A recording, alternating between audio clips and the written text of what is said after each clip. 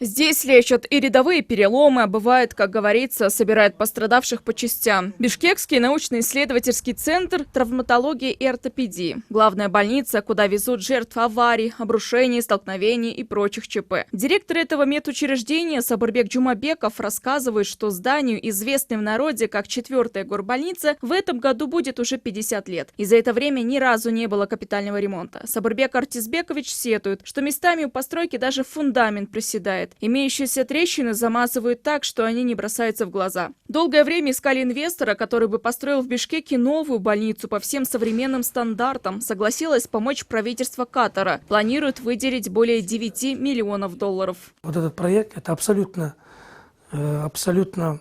стопроцентный, можно сказать, грант. Никаких кредитов здесь нет. Безвозмездные, безвозвратные.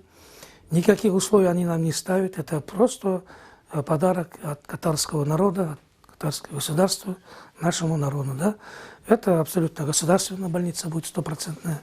Здесь люди будут получать лечение в рамках соответствующего законодательством Кыргызской Республики, в рамках госгарантии.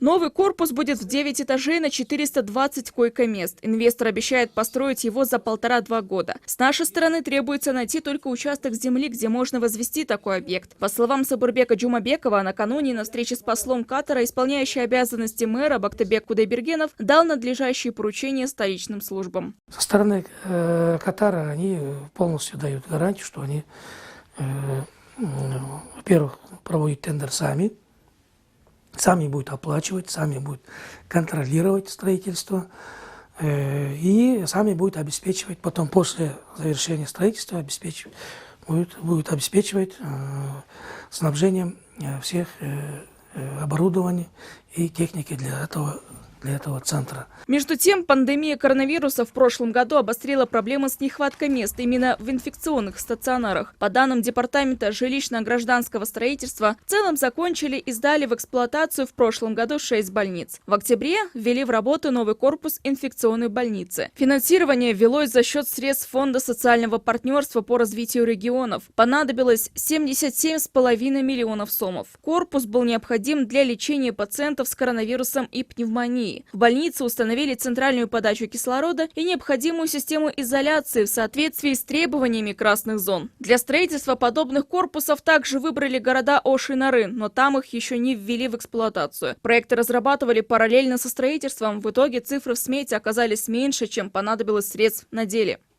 В прошлом году в рамках борьбы с коронавирусом Госстрой начал работу по 14 объектам. 5 строили, а 9 провели капремонт, а в 9 провели капитальный ремонт, реконструкцию. Деньги на это выделили из Фонда развития регионов и из республиканского бюджета по статье капвложениям на сумму 448 миллионов сомов.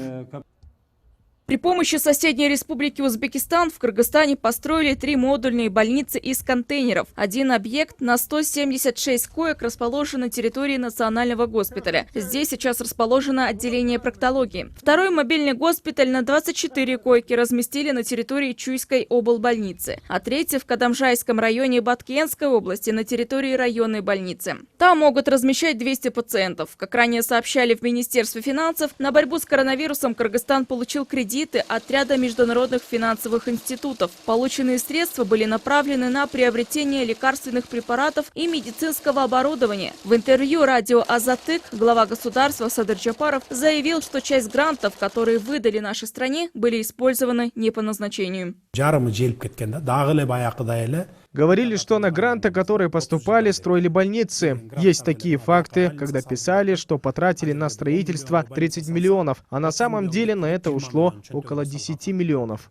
По данным Департамента жилищно-гражданского строительства, с 2015 года на строительство 35 объектов здравоохранения было выделено более 200,5 миллиардов сомов. Из этой суммы свыше 800 миллионов из бюджета и более 1 миллиарда 800 миллионов предоставила Китайская Народная Республика в виде гранта. Анастасия Соболева, Дуйшенбек Шершенбеков, Джанарбек Дугдурбек Улу, НТС.